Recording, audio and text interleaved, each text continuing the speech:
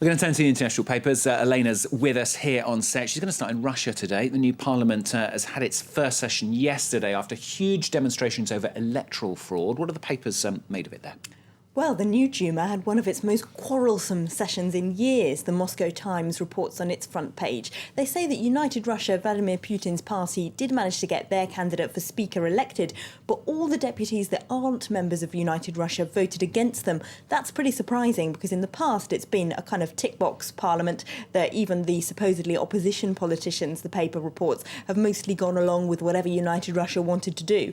But now they clearly have a newfound confidence as a result of all these street demonstrations, the paper reports, and they're much more inclined to start speaking out against what Putin's party wants to do. Now, in that paper's editorial, though, they say that this might all be a clever strategy on the part of Vladimir Putin to make himself look more legitimate in the future. They say that he would probably still win a free and fair election, so all of this manipulation might not be quite so necessary. They reckon he might be encouraging demonstrations to go ahead normally, encouraging opposition candidates to stand against him in next March's presidential election. Because if he won a democratic, legitimate runoff, then that would make him look a lot more legitimate as president, and therefore he might actually be encouraging opposition, thinking that might be the best way to shore up his own position.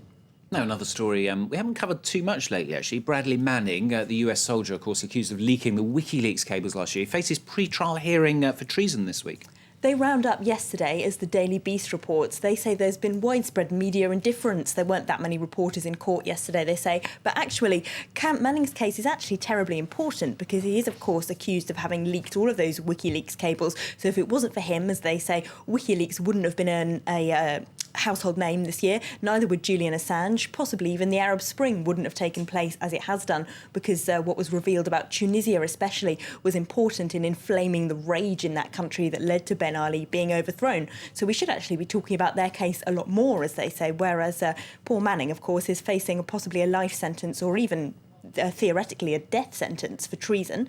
Now, The Guardian has an interesting article about him today in which they say we should all have more solidarity with Bradley Manning because they reckon that if the face of the year was a protester, as Time magazine put on their front page, you might remember a couple of weeks ago, then maybe Bradley Manning, according to The Guardian's writer, should be the face of that protest because what he did, they say, was terribly courageous and could be found at the root, as I was saying, of a lot of the Arab Spring uprisings this year. They remind us that his conditions of detention apparently are so bad that the UN Special Rapporteur on Human Rights and Torture is investigating them. So we shouldn't be forgetting him. Another story on the front of The Guardian you pulled out.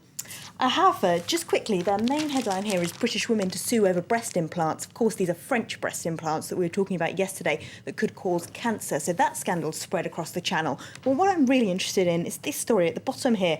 Economic migrants flood out of Europe in search of jobs. They've done a special report in The Guardian on all those Greek, Portuguese, Spanish, Irish and Italian young graduates who are moving not necessarily to traditional countries like Australia where people have always emigrated, but to places like Brazil, Argentina and even Angola that recently were third world countries. So they've reversed, if you like, the traditional flow of migration. Now, they say that's pretty worrying for the European countries involved because most of these people are highly qualified graduates. So if Greece and Portugal and Ireland are going to reset their economies, they probably need these people. So it's a little bit worrying for them. Yeah, fascinating stuff. And finally, she's got some bad news for us for Santa.